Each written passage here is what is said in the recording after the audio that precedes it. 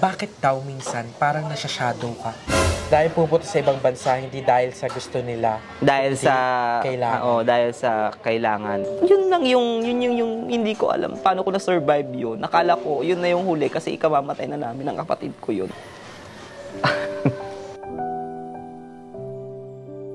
Binigyan mo din ako ng pagkakataong maranasan na magkaroon ng isang magulang or ng nanay. Yun na doon nawala ng hininga, parang nawala ng buhay yung nanay ko sa harap ko mismo. Bakit ka nalulung?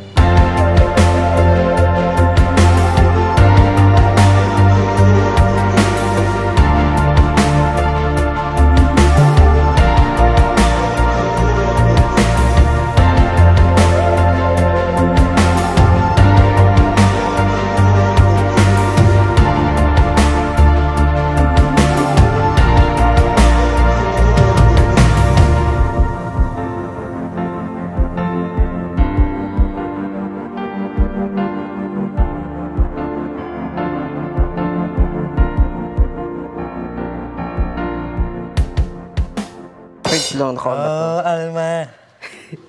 Ate Alma. Pagbilhan mo naman ako ng barbecue turon at maruya. Oh, Alma. Ate Alma. Wait lang. Ba't galit ka? Shoutout sa'yo, Ate Alma. Kung okay pa yun, nilagatan kong turon. Hi mga nagbabanag at si Mother Nakbulimal and welcome back muli sa aking YouTube channel. Tatapos na nga tayo sa panayam kay BNT Bebang at nalaman nga natin ang ilan sa mga pinagdadaanan ng isang resume ni Kamata. And from that, we are moving on sa isa sa mga pinakamatalino sa BNT Productions. At most of you, ang sinabi siya muna interviewin ko bago yung ibang bayut. And here we go! Kasi pinamis ko talaga na every other day is magkakaroon tayo ng tapatan kasama ang iba't ibang kaibigan ko, ang iba't ibang tao. And from now, yun yung gagawin natin. So, tapatan, vlog. So, pasensya na kung meron kayong maririnig ng mga noises kasi nandito tayo live sa apartment ni Madam Ivan. So, maraming salamat, Madam Ivan, for letting me na makapag-shoot dito sa iyong munting tahanan. And i-house tour namin to soon, so abangan nyo yan. Pero ngayon, let's give it up to aka BNT Balong, John Fernandez de la Cruz. Oh my God. Hi! So, wait lang, pangilang beses? Pangalawa ko na ata itong naging guest. Kasi yung una na doon tayo sa Parañaque before eh. Oo. Actually, si Balong yung unang in-interview ko sa Tapatan with Ate Molims. Yes. Hindi pa kayo tapatan, di ba? Balong? Parang harapan. Q&A lang yun, di ba? Ay, oo, Q&A. Tapos biglang nagulat ako, nagustuhan nyo. Tapos sabi, interview mo din yung ibang bayut. And yun. So, historically, si Balong ang kauna-una. I was the first How person. Was that? Wala naman. It's the same din. Pero sometimes kasi kapag may mga tanong, like, may mga questions na napakahirap sagutin din personally. Like, hindi naman ako na-emotional that time. Pero feeling ko, nga no, bakit kaya ganun? Like, parang yung go back. Ano? Parang you'll go back na lang eh. Pag tinanong yun, parang, na-answer ko pala siya. Na-answer ko siya with all my heart, with all my esophagus. Esophagus. So, ayan. Ngayon, let's be serious. Kasi, ito yung mga tanong na lagi kong nababasa rin. So, hindi lang sa vlogs ko, kasi lagi ako nanonood ng mga vlogs ng mga bayut nating lahat. So, I wanna ask some questions na laging naitatanong. Kaya naman, Balong, the final question for now is, are you ready? Ay, syempre po. Yes. Oh my God. Medyo kinakabahan ako at the same time, na-excite. Kasi hindi ko alam kung paano ko ma-deliver bawat sagot ko sa tanong eh. Kaya mo yan? Kaya naman. Oo. So, meron akong lifetime service guarantee ng EO. So, wala ka. I mean, kahit lang. Pero kung gusto niyo pong maging, lagay tayo ng ng mga commercial. This portion is brought to you by Ate Marie. Ganyan, no? Pero, okay lang po kung kayo okay, lagyan nyo. Products, ganyan. Endorse natin. Yung para habang yung umiikot sa press. Oo, ganyan. So, let me know. Anyways, going back, Balong, we'll be having our first question. Yes. Lagi kong tinatanong sa kanila, general question, simple pero medyo pag-iisipan mo talaga. Kumusta ang isang balong in all aspects? Yan yung pinakaayaw kong tanong yung kamusta eh. Mahirap. Madali naman siyang sagutin kung sasabihin mo. Pero mahirap sa totoo kasi hindi mo talaga alam kung okay ako eh. Kasi minsan may pagkakataong hindi ako okay. May pagkakataong okay ako. But this time, nandun ako sa in-between ng line ng okay tsaka hindi okay. Kasi yung family ko today, yung ate ko, nag-away kami. And yes, wala akong communication sa father ko. So, dun yung part na hindi ako okay, nai-stress lang ako. Kasi ayoko ding isipin. Tsaka mabigat kasi sa akin na meron akong kaaway. Yung merong kaalitan. Tapos, family member mo pa. Ayun. Tapos, ngayon, yung okay side, okay ako kasi, nakakapag-video, nagagawa ko yung mga dapat kong gawin. So, parang naging, Na-torn ka between okay and not okay. Oo, yun. Pero tama yun. Tama yung sabi ni Balong. Yung pagiging okay, hindi siya constant. Parang, phase siya, facing yan. Okay ka ngayon, bukas hindi. Okay ka ngayon, bukas hindi. Kasi nga, may mga pangyayari sa buhay natin which makes it na nagbabago. Oo, nagbabago. Diba? So, I'm so happy kahit paano okay si Balong sa piling namin. Kahit paano ay, dun nga, kung hindi siya okay sa family niya ngayon, at least, kahit paano meron siyang sinasandala. Parang, nagiging tawag nito. Outlet. Outlet, source of happiness. Ganon. Commercial by Madam Ivan. This portion, commercial, Ayun diba? sila. Oh my God. Naniiwan muna yung e-time. Sa mga kabarak, it's just a commercial. Dumating po ang si Jessica. Pakita ka ulit. Yes, hello po. Ayan, si Kunyari, hindi ako Jessica. nakita dun sa labas. Hindi, kinat ko kasi. So, ayan.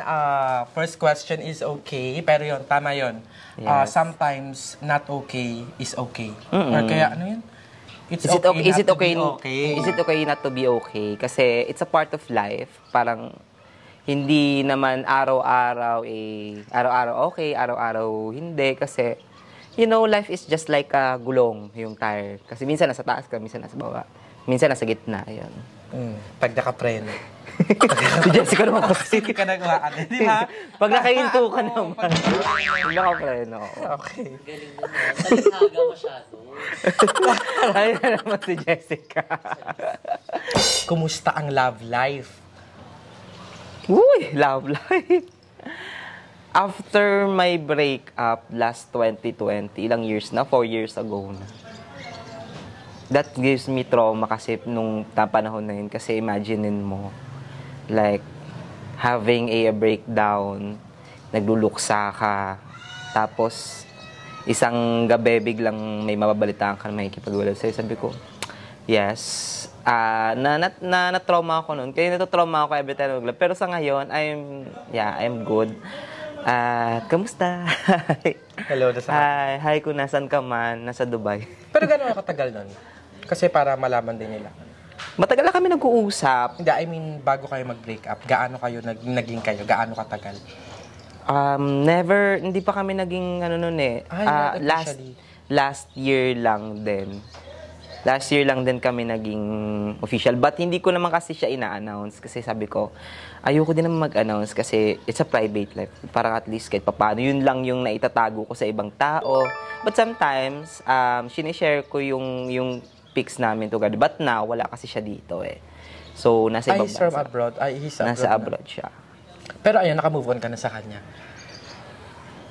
Last year lang din, after ng realization. Kasi, hindi ko alam, malaki ng trauma ko sa kanya before. Like, doon ako natakot na ayoko na ng ganito. Kapag na-inlove ako, sobrang, baka one day, biglang marirealize niya na hindi niya na ako gusto.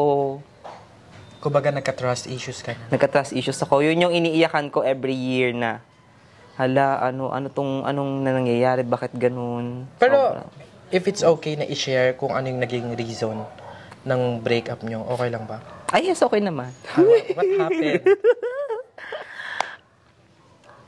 that time, si Kuya kasi, di ba? Like, si Kuya Lloyd before, nung nag-pass away siya. So, September 5, tandang-tanda ko yon. September 5, gabi, that night, mga around 8 siya. Nag-uusap kami, nagkakaroon na kami ng argue. Tapos, although na pinapaano niya din ako, na tawag nito, kinakamusta niya ako, but at the same time na sinasabi niya na sa akin, parang nagpapahiwatig na siya na sana okay pa tayo after neto, ganyan. Sabi ko, diretsuhin mo na kasi. Like, alam ko naman kung ano yung gusto mong ano yung gawin or mangyari. So, ako yung nakipag-break. Dahil siguro dahil sa attitude ko. Tsaka frustration na din yun. Kasi nga, like, kakawala lang ni Kuya. Oo, frustration. Tapos, hindi ko alam kung ano yung nangyayari, kung ano yung tumatakbo sa utak ko. Kasi sobrang gulo. As in, like, hindi ko alam kung ano yung mga dapat gawin. And then, ayun, biglang break. Kasi sabi nga daw, feeling niya hindi kami match. Feeling niya hindi daw kami yung for meant to be. Hindi mag-work. Hindi daw mag-work.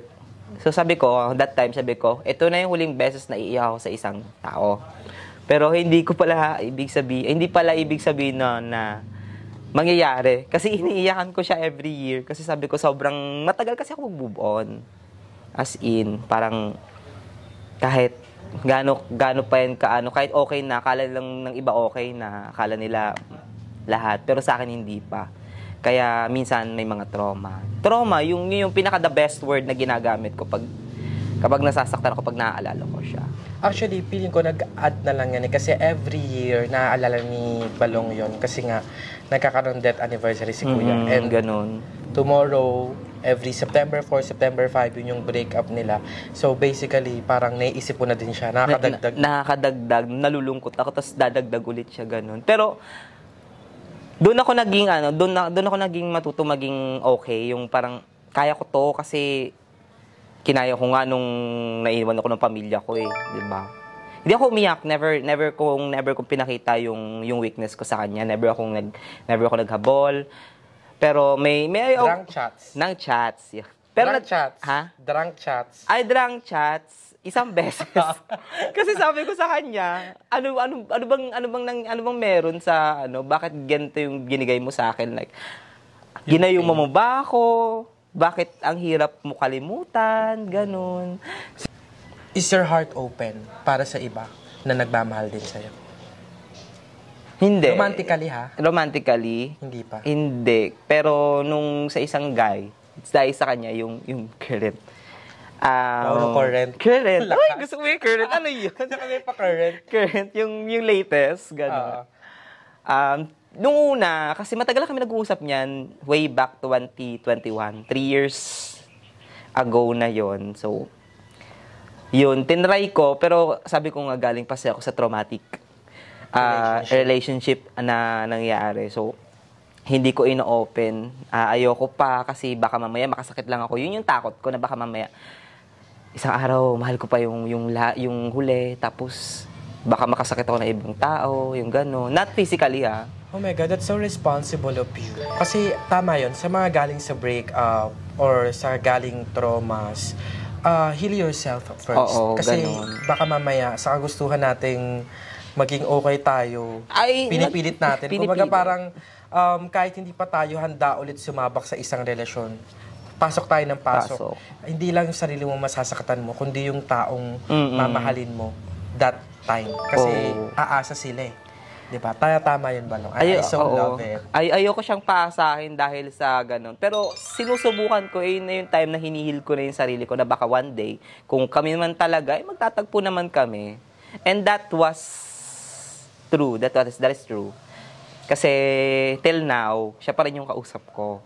But this time, sabi ko, it's about time naman na. You are not letting your guards down. It's about time naman na din. So, I took the opportunity. Huy, gusto mo yung I took the opportunity na Okay. Shout out sa'yo. Ano? Shout out sa kanya. Shout out sa'yo, mahal pa rin kita. Last 2 years ago, naging open ka naman na you are working sa isang BPO company. So, ayun, kasi baka mamaya hindi nila alam yon. Kaya na out of vlog din si Balong. Naging inactive siya sa pag-vlog kasi nga nagkaroon siya ng work. So, trinay niyang maging isang call center agent. Gusto mo yung call center agent? How was it? Yung being vlogger, tapos bigla kang mag-a-apply. Kasi ako, I've never tried na magtrabaho sa isang, anong tawag doon? Corporate. Paano mo siya tinik? Gaano kahirap? Ano mas madali? Vlogging or working? For me, mas madali ang vlogging. Kasi gagawin mo, you have to face the camera, you have chika-chika lang. Kasi kung sa corporate world, may oras na kailangang time in. Yun nga, pinakamahalaga oras. Tapos yung kalusugan mo, hindi mo alam kung kung okay ba, kung minsan papasok ka na, masakit katawan mo, ganon. Tapos hindi ka pa pwedeng isang araw hindi ka papasok kasi oras yung binabayaran sa'yo, ganon. Tapos nung panahon na yun, hindi naman siya, normal lang sa akin yun kasi matagal ko naman na ding ginagawa like work. Tapos, yun yung na-realize ko na, mas mahirap nga naman talaga ang working. Pero, worth it naman kasi siya. Kasi kung mga pinagpaguran mo, makukuha mo din naman. Pero, iba kasi yung pag nakikita ka ng mga tao sa kumpanya. Sabi niya, uy, si ano, ganito, ganyan.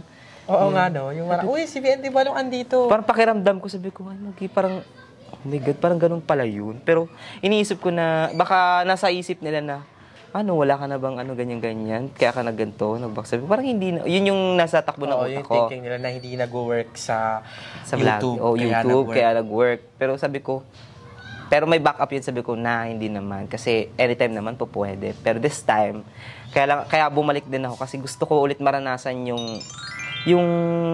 maging papasok ka ng umaga, papasok ka ng walang araw, uuwi ka ng walang araw din, ganon. Ang cute. Ganon yung scenario. Kasi dapat maaga kang pumasok, dapat on time ka. Tapos, yung time management mo, dapat paslak lagi na ma-manage mo ng maayos.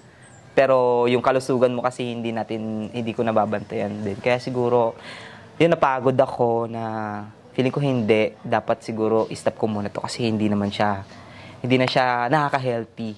Hindi na siya healthy sa katawan. Yeah, totoo yun. Some of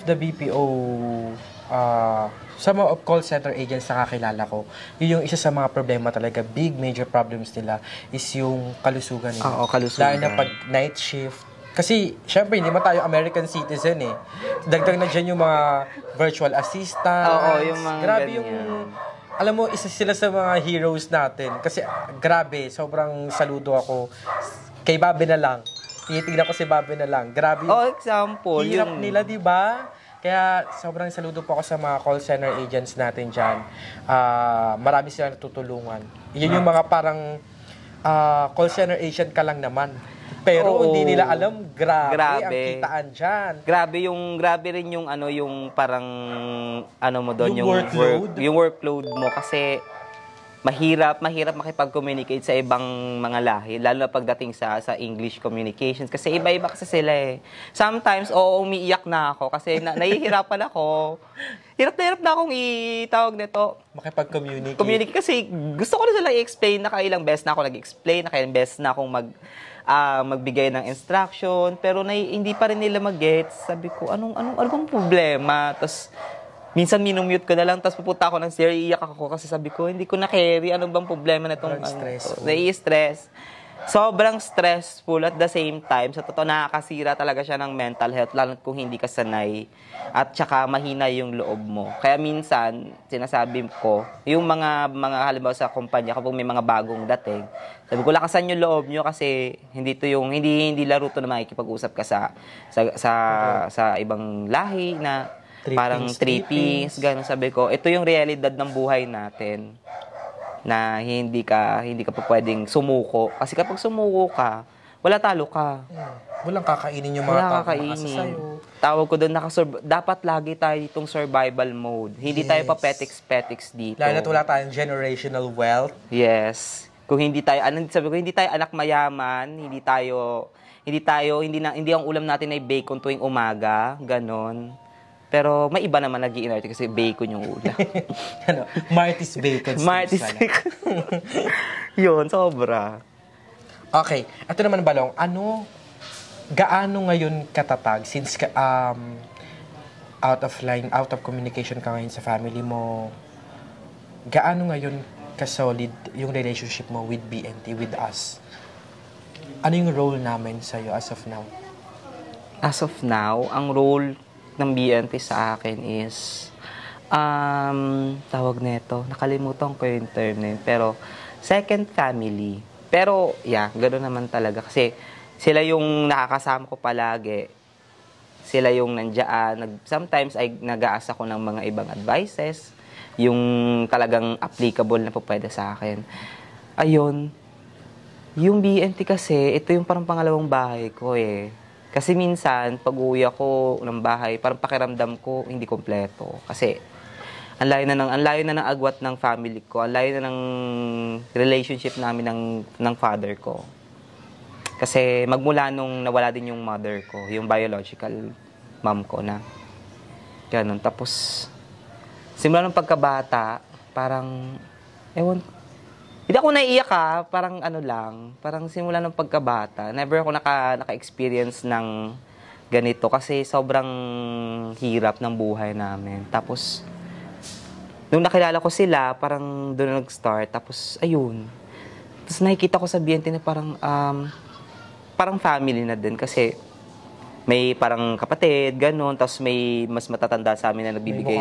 May nanay, may tatay na din sa BNT. May tatay, oo. Ayun. May amoy tatay, may amoy nanay, may amoy lolo. Pero ayan, yun, parang so family. happy na ganun. Yun naman talaga yung pinaka naging foundation din namin. Kaya kami nabuo ni Kuya Lloyd dati. I remember some of us walang pagkain sa bahay. Ako naranasan ko yun eh.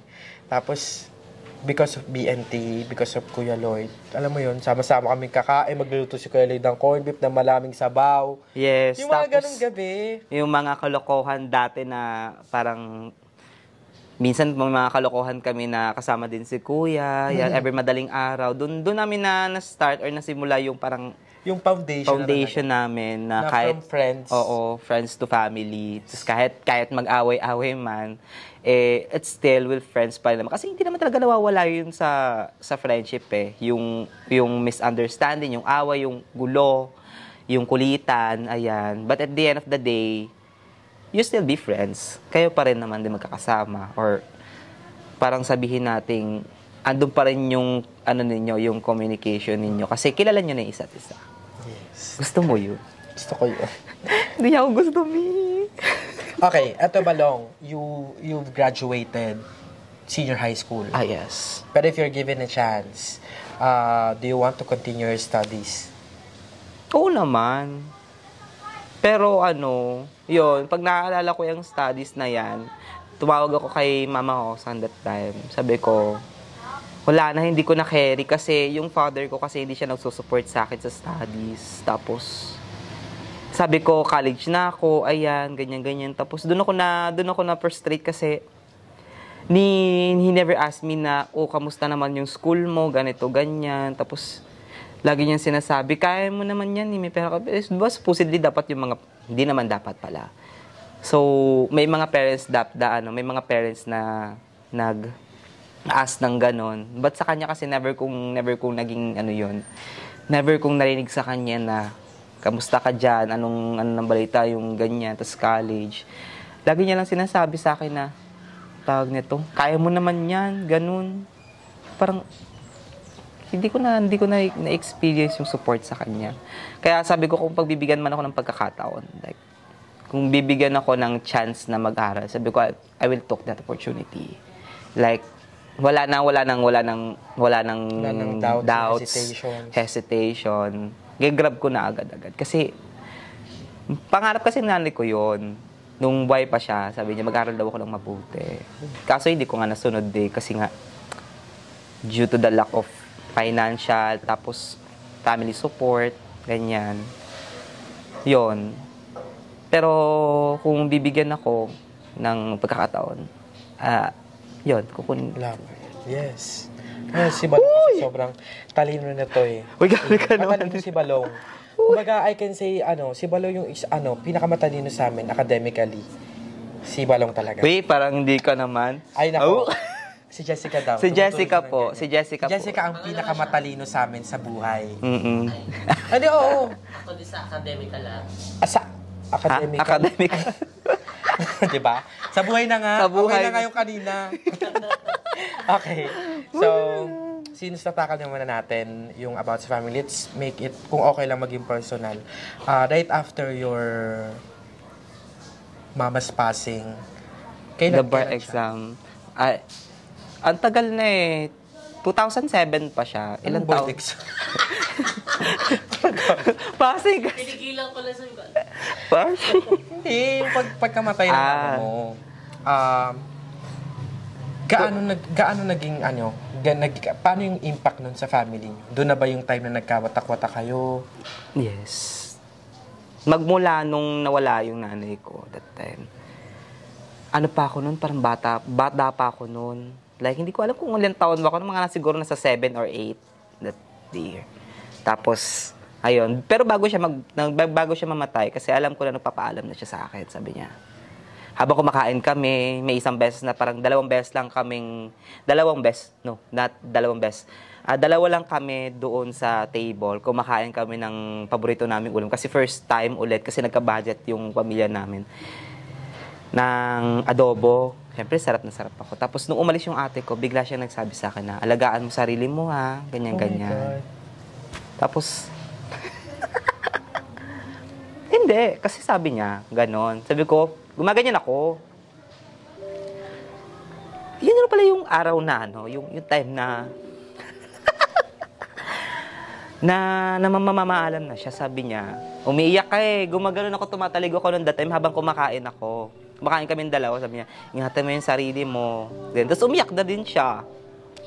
Tapos, ayun. Doon na pala yung time, kinabukasan, nagkasakit siya.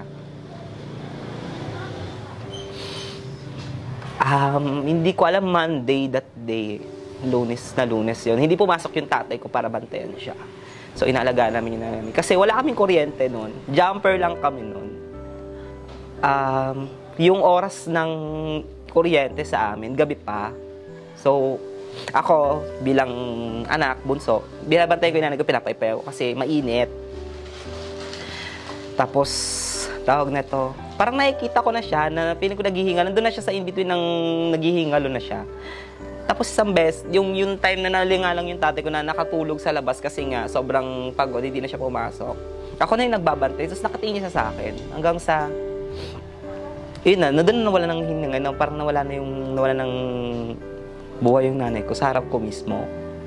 Saksi ako nun kasi ako lang yung tao gising that time. So ginigising ko yung tatay ko, sabi ko, papasin si mama. Tapos nung ginigising niya, doon ako na umiyak.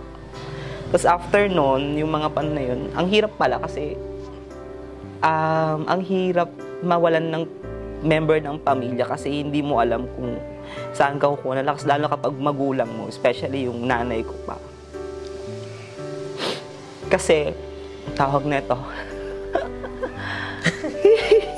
huy, mami, tawag na ito, yung tatay ko, parang pakiramdam ko inabandon niya na kami sa pagkakasa responsibilidad niya bilang isang tatay kasi wala siyang kaabog-abog na pinahinayaan niya kami mapunta dun sa kapatid ng nanay ko kasi yun. Tapos hanggang sa lumipas yung 3 taon, ni balita, ni kamusta, wala kaming nabalitaan. Doon ako nag-start nagkaroon ng tampo. Doon na nagkaroon ng tawag na ito, ng gap between me tsaka sa kanya, sa tatay ko. Kasi halos isuka na kami ng mga kapatid ng nanay ko kasi wala daw sustento yung tatay ko. Tapos parang pakiramdam, parang nakikita na sa amin na pabigat kami, gano'n. So parang ganun yung nangyayari. Tapos minsan pinapalayas na kami. Pinapaalis na kami dun sa bahay ng yun. Minsan may pagkakataon yung ate ko pinalayas na nasa kabilang bahay. Nakatira ako lang yung tipo ng taong para mabuhay ka, para at least makasama ka sa kanila. Dapat ginagawaing bahay, ganun. Tapos kailangan kumilos ka. Dun ko natutunang umaga pa lang, nag-iigib na ako ng tubig. Tapos kapag hapon, nagbebenta ako ng gulay para may pangkain ako. Ganun. Ang hirap ng buhay namin kasi yung tatay ko naiinis ako kasi yung tatay ko nagpapakasaya dito sa Maynila. Tapos kaming mga anak niya. Hirap na. May isang beses na isang linggo, wala kaming kain. Tapos papasok lang ako sa eskwelahan. Napasok pa ako sa school. Ayoko mag-stop kasi one day, baka maging okay. Baka isang araw, inisip ko na baka one day, bigla siyang pumunta, baka tumawag siya sa amin, magpadala, ganyan. Yun, tapos sabi ko, halos isang linggo wala kami kain. Doon ako na-appreciate yung teacher namin, pati yung mga klase ko, na binigyan ako ng bawag kasi sabi ko, di pa kami kumakain ng isang linggo. Tapos, yung kapatid ng nanay ko, yung tiyahin ko, parang that time wala siyang deadma siya. Yun lang yung hindi ko alam paano ko na-survive yun. Nakala ko, yun na yung huli kasi ikamamatay na namin ng kapatid ko yun dahil walang tumutulong sa amin. As in. Kaya ako doon natutunan yung parang kung gusto mong mabuhay, dapat sumabay ka sa agos. Dapat matuto kang sumabay sa agos ng buhay. Hindi ka pa pwedeng papetex-petex lang. Dapat matuto kang dumiskarte. Ganon. Hanggang sa nalipat na kami ng ibang kapatid ng nanay ko, which is mas mabait sa amin. Doon namin na-arouse yung buhay namin ng ate ko kasi doon may pera, may pagkain kami, may matutulugan kami. Kasi mas okay siya. Pero buhay perya. Kaya minsan natatawa ako pag nakakita ako ng perya kasi naaalala ko yung buhay namin. Babantay ako ng tindahan, nagkukolekta ako ng mga barya, ganyan. Yun. Tapos, doon sa pagkakataong yun, kung kailan settle na kami, okay na kami, dumating yung tatay ko para lang kunin kami. Sabi ko, sa tagal ng panahon, 4 na taon kami naghirap. Doon siya biglang nagpakita para kunin kami. Tapos hanggang sa ngayon, hindi na nabalik yung dati naming yung parang tinatawag na yung band namin ng tatay ko kasi dati spoil ako ng tatay ko. Hanggang sa ngayon, hindi na talaga.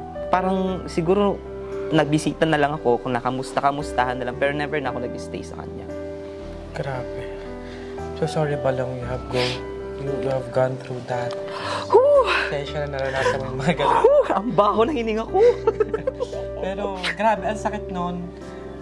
So, di ba parang ang normal nga daw na parang yung anak may kita niya yung nanay na mawala. Pero hindi ko inaasahan na ganun. Natatandaan ko pa, hindi ko nakakalimutan yung araw na yun. Like, pag naaalala ko yun, mas nalulungkot ako kasi sabi ko, dapat pala pina-hospital na natin si mama at that time. Kaso wala nga pera, mahal ang hospital. Sa bahay na lang din siya. Grabe. So sorry to hear that.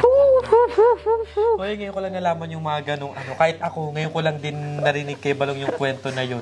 Hindi ko alam na nagperya pala kayo. Alam mo yun, te? Nagperya kami. Oo. Nagperya pala diyan sa sila. labas. Tapos, pinagpasapasahan pala kayo ng kamag-anak niyo. Pinagpasapasahan. Din, sa part din ng, sa tatay ko din. Yung ate ko naman, yung tawag nito, yung pinauwi. Tapos, tapos, yung ate ko nagkukwento sa akin, pinapalayas na din siya nung kapatid kasi nga daw, hindi daw nagpapadala yung tatay ko, ganyan. Sabi ko, kaya ayaw ko na i-involve yung money, naiinis ako sa pera. Ngayon Balong, he has another family, right? Si Papa, meron siyang ka-live-in.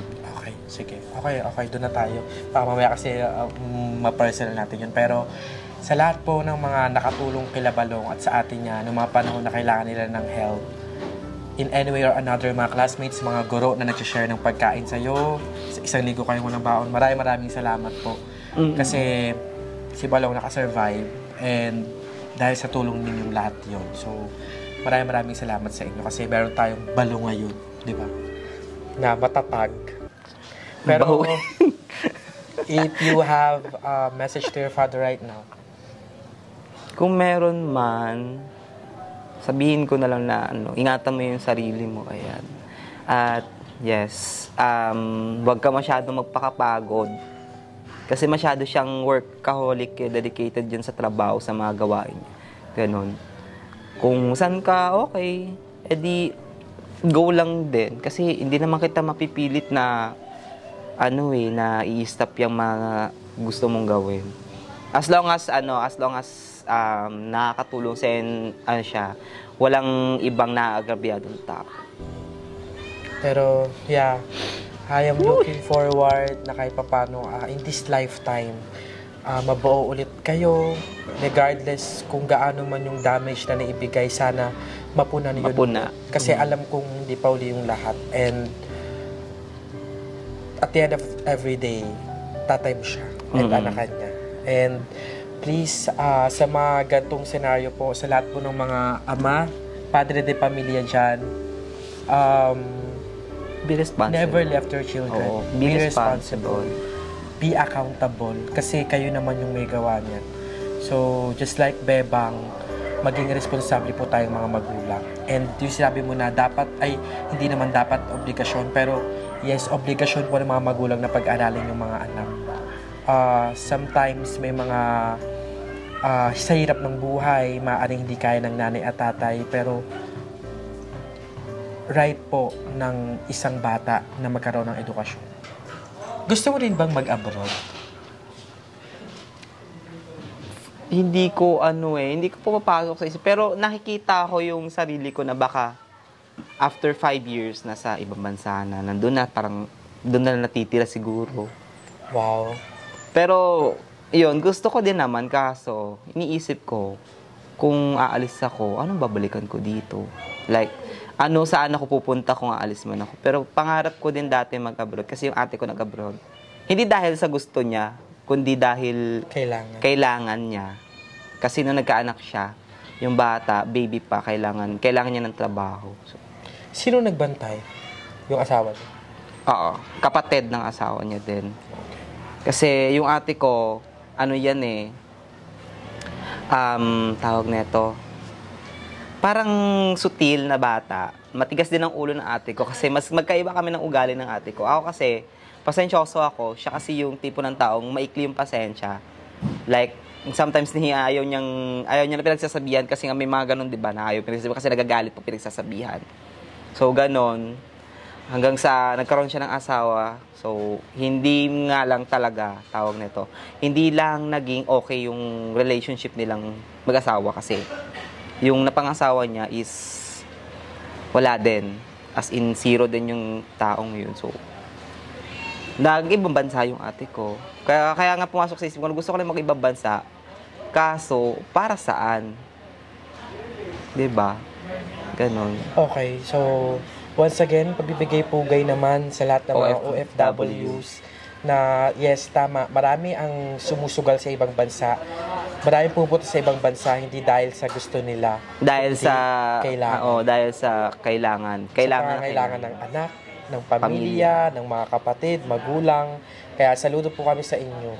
Kasi hindi biro ang mawalay sa mga mahal sa buhay. Hindi siya parang punta ka lang doon para pero buhay din kasi nakasalalay. Yes, parang sabi nga nila, 'di ba, pag umalis ka ng bansa at magtrabaho, yung isang paa mo nakalubog na sa hukay.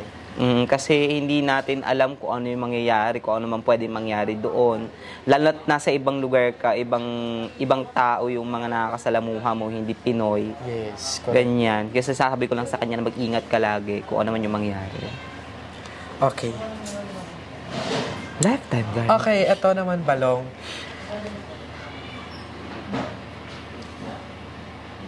Gaano na kalalim yung relationship mo kila Ate Osang? Sobra na Like, nung umalis ako sa side ng tatay ko, wala ba nakakaalam na lumayas ako sa amin. As in, talagang lahat ng gamit ko, dinala ko, doon ako umuwi sa kanila. Kailan pa? Matagal na sobrang lalim na, parang kasing katumbas na ng pamilya. Kasi first time ko maka-experience sa part na hindi ka part ng family nila, pero kasama ka lagi sa bilang. First day ko doon nung nag-aaral ako noon. So nakita niya yung sapatos ko nasisira na. So, umuwi siya, meron siyang sapatos na binili sa akin. Natawa ako. Doon ako natuwa, sabi ko, Masarap pa ng pakiramdam. Siguro kung buhay pa yung nanay ko, malamang ganito din. And, ayun, sa sobrang tagal na ng ano namin, ng Gano'n relationship. ka nakatagal kila Ate Osang? 2016 to till now. 8 years. 8 years na. Kaya nga, mama na yung tao ko.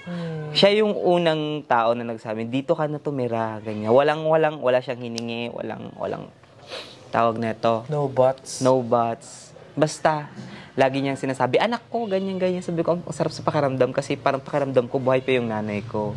Or na-reincarnate lang yung nanay ko sa katauhan niya. Kasi, ganun yung nanay ko masikaso. Ganyan. Ito naman. Yung mga kapatid naman, yung mga anak ni Ate Osang, paano ka naman nila tinanggap? Ay, oo sila. Iba-iba kasi sila ng ng ugali eh. Yung isa, yung panganay nila medyo stricta yan. Si Reza to, no? Oo, si Reza. Si Ray Ray. Si Ray naman parang Vibes. vibes Feeling kasi. ko, yun ko nakikita eh. Kasi tawag niya sa akin, Bal, kasi kambal daw kami. Magkamukha kasi kami. So, yung isa pa yung maliit. Yung bunso nila, yan, si Trudy, si Rian. Malaki na kasi ngayon si Rian eh. Mas matangkad na sa akin. Ay, we. Oo. Ako nga, 8 years na. Matagal na. Teenager na kasi si Bading. So, ayun. Magkakaiba sila ng personality. Iba-iba ko sila paano i-approach. Just like family, di ba? Ang magkakapatid, iba-iba naman talaga yan ng ugali, iba-iba ng atake. Iba-iba ko sila, Natutuwa ako. iba-ibang way ko sila ina-approach kung paano ko sila kausapin, paano ko sila. Yung bunso, parang pag ina-approach ko yan, niloloko-loko ko kasi yan. Parang nilalaro-laro kasi nga, ganun siya bata eh. Yung ate nila, yung pinaka-ate nila, seryoso kausap yan. Lalo pagdating sa mga sa bahay, sa trabaho, ganyan. Okay. Yung isa, yung lalaki, ayan, tungkol naman sa ladab kasi, Kumbaga, kuya ka niya eh.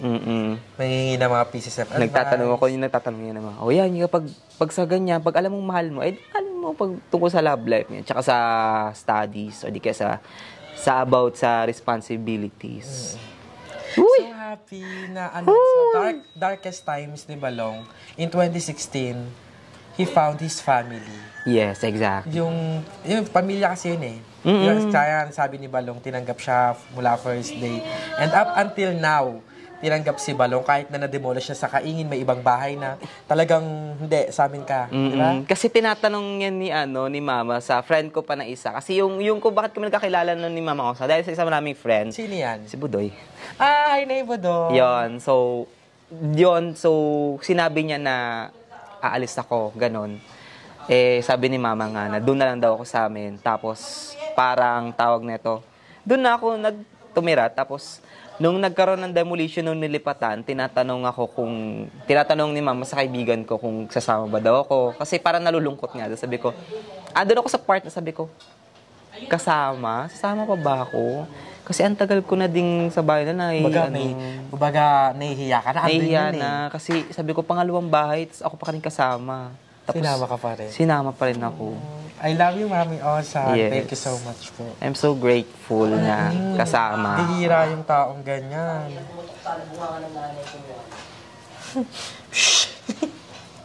Yung beef ko, yung sponsor, nawala. Ha?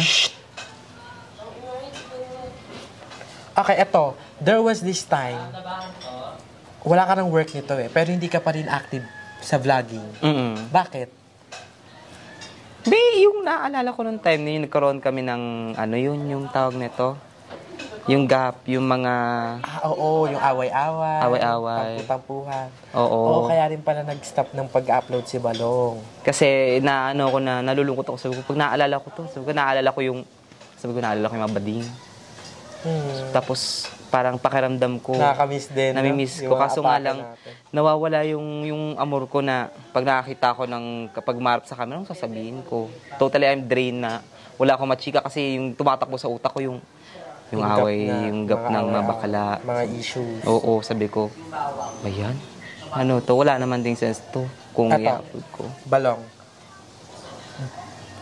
Bakit ka naman active ngayon? Everyday upload ka ha? Nai-inspire kasi tawag nito, nakikita ko sila yung mga hard works nila. So, sabi ko, Hindi naman ako prinsesa, di ba? Sabi ko, hindi naman ako prinsesa para mag-sitting pretty na lang dito. So, dapat, sumama din ako para at least, di ba? Kasama din ako sa mga accomplished na ginagawa niya. Saka paano meron ka din income. Oo, kasama na yung income, tapos yung accomplishment. Yes. Ate Balong, you're the most intelligent. I can say, ako si Balong yung pinakamatalino sa amin. Pero may mga nakikita akong comments. Kasi gusto ko matakal na din to na bakit daw minsan parang nasa-shadow ka? Di ba? Laging ganyan. Kasi lagi nila sinasabi yun. Actually, laging niyang nababanggit na parang si Balong parang na-outcast. Si Balong laging nasa-shadow. Sana yun, ganun lagi talagang pwesto ko. Talaga like, ganyan. Kasi minsan, if I'm trying to say na parang gusto ko sabihin na pilitin na magpatawa, di ba? Pag pinipilit ko maging nakakatawa, sasabihin nyo, OA. Tapos kapag hindi naman, too much, boring. Tapos kung consistent, kung halimbawa nasa in between, yan lang, kulang, ganun. Sabi ko, kesa naman sa, I'm trying to say na magpatawa ng parang maging ano ganyan, sabihin lang kasing OA. Kasi sabi ko, sanay naman ako, kaya okay na ako na ganito, yung sa gilid lang. Tapos, yung babanat na lang ako ng joke, na bigla ako magbabanat ng joke na nakakatawa, ganun. Oo, ganun. Minsan kasi ano din parang yung term na shadow, hindi siya applicable Kasi minsan talaga, there are times, kahit ako minsan ayoko din chumika. Lalo pag wala ka sa mood, pag alam mong hindi mo forte yon, pag alam mong wala kang maichika talaga. So, nasa ano lang yon, subjective yun yung pag-aano ng, na-outcast to. Tsaka, hindi ako mahilig sa sapawan, yung parang sa sapaw-sapaw na ganito, ganyan. Mas gugustuhin ko yung term, yung ano ko na, yung pag-turn mo na. Turn ko na. Kaya minsan, kapag marami kami sa isang video or lahat kaming BNT, hindi ako sasabay. Ayoko makipagsabayan dyan kasi kung makikipagsabayan ako dyan, malamang sasabog yan, magulo yan. Hindi magkakaintindihan yan. So, tama si Jessica. Ay, galing na ni Jessica. Nangungulangot pa siya. So, mas nagaganda no kapag halimbawa 3, 4, or di kaya yung dalawa. Airtime. So, doon ko sinisimulan na maging mas nakakatawa. Kasi mas consistent. Kasi walang sasapaw sa'yo Walang babara, walang magtitrip sa'yo na babara na magkakasabay-sabay. So, mas scary sa akin. Pero okay naman ako na pahapyaw kapag magkakasama.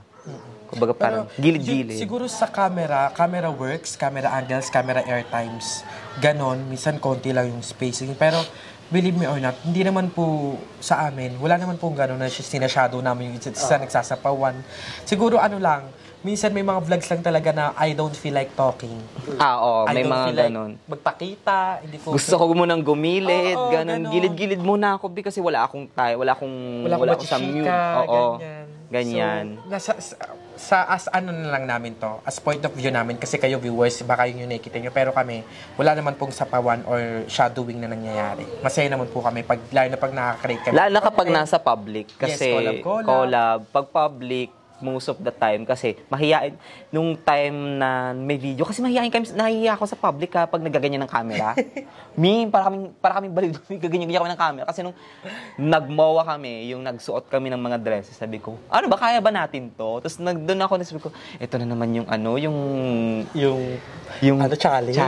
challenge na parang titingnan ka ng mga tao. Kasi pag dito pag sa bahay lang, carry lang. Pero kung sa public, ay, Diyos ko po.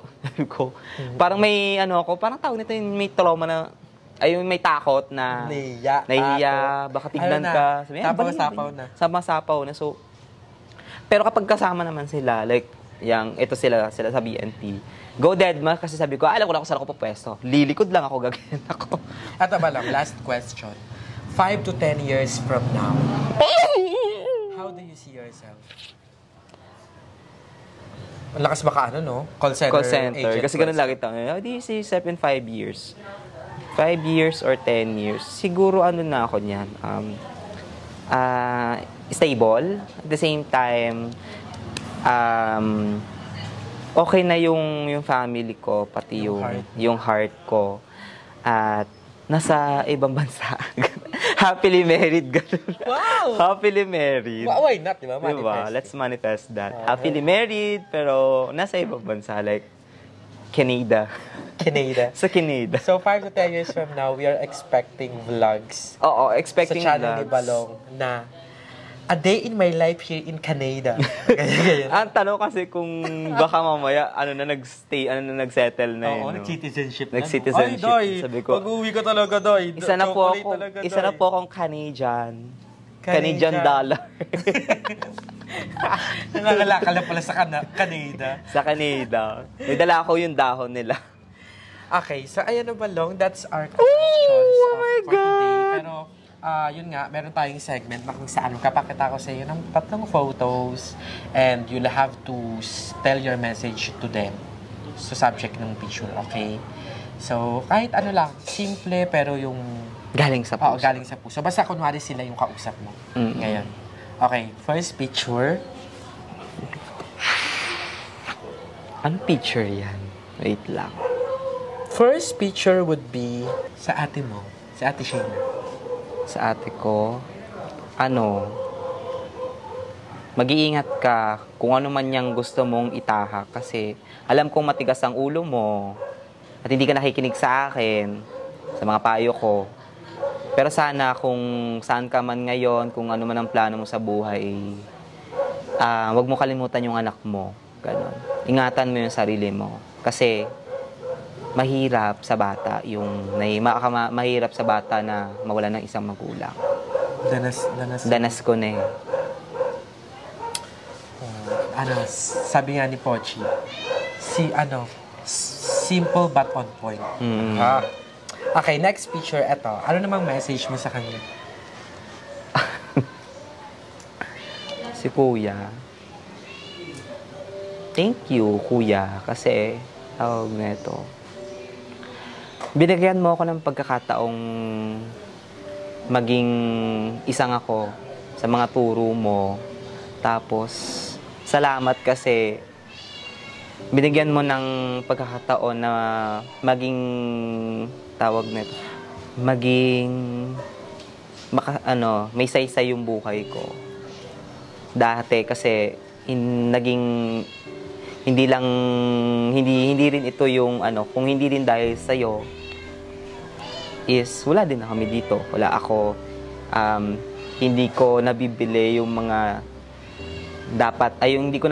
nabibili ko na yung mga dating tinitignan ko lang, yung nabibili ko na yung gusto ko. At binigyan mo ako ng pagkakataon na maging vocal or maging expressive na tao. Yun. Wait lang. Huy! And for the last one, Balong, anong message mo sa kanya? Ay, si Mama. Salamat, Ma. Kasi binigyan mo din ako ng pagkakataong maranasan na magkaroon ng isang magulang or ng nanay. And pinaranas mo sa akin yung pakaramdam na magkaroon ng isang ina na matagal ko nang hinahanap, matagal ko nang gustong maranasan ulit. Dahil sa'yo, na naranasan ko yon at hindi ko siya ipagkakaila or hindi ko siya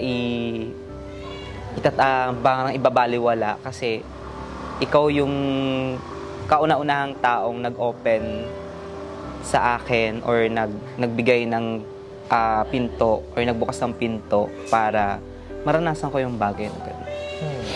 Huy! Ayoko umiyak. Maraming salamat, Balong. Grabe yung panayam na yan, mga nakbabanat. Siguro ang takeaway ko na lang dito, hindi natin alam, we have different stories talaga. Maaaring masaya yung isang tao, pero pag nakausap natin sila, may malalaman mo. Ang tawag dyan, merong term dyan si Kuya eh.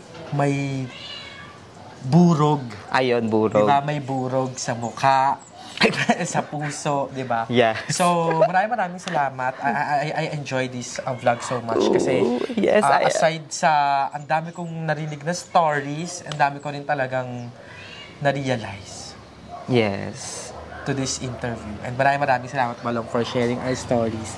And sa lahat po ng mga nakikinig, nanood, at nasubaybayan ito, I hope na meron kayong nakuha. Ano yung nakuha Regardless, nila? may nakuhang lesson. Akala ko yung nakuhang gamit. Ayun. Ay, ito pa na, Balong. Ay, oh my May God. last na It's pa. the last. Ang tanong nila, bakit ka nalulong?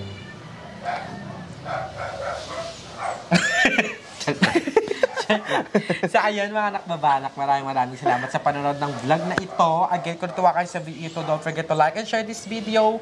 Mag-subscribe na kayo sa aking channel ni Mulhuwet at sa channel ni Balong. Yeah, mga Balong Pinitans, Balong Sa channel Natics. nila, andyan yung mga bakla ngayon. Yes. Siyempre kay Madam Iwan at sa channel ng buong BNT members at syempre sa aming group channel ng BNT Productions. Yes. Guys, subscribe na ako kay Balong and let's make him a 1 million tonight.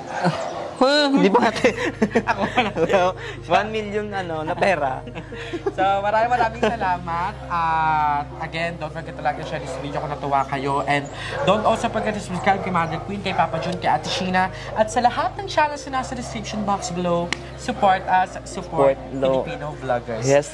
Again, it's your Mother Nak Balimal. Lagi nagpapaalala yung palaganap natin ng relihiyon ng pababanag. It's your Mother Nak Balimal. Signing out. Bye. Is pa ba yun? Well, tayo mamaya ka beses. Turn to the left. Tama ka ba? No oras, 5:26. Kahit mga 6 pa. Mag-shoot ka.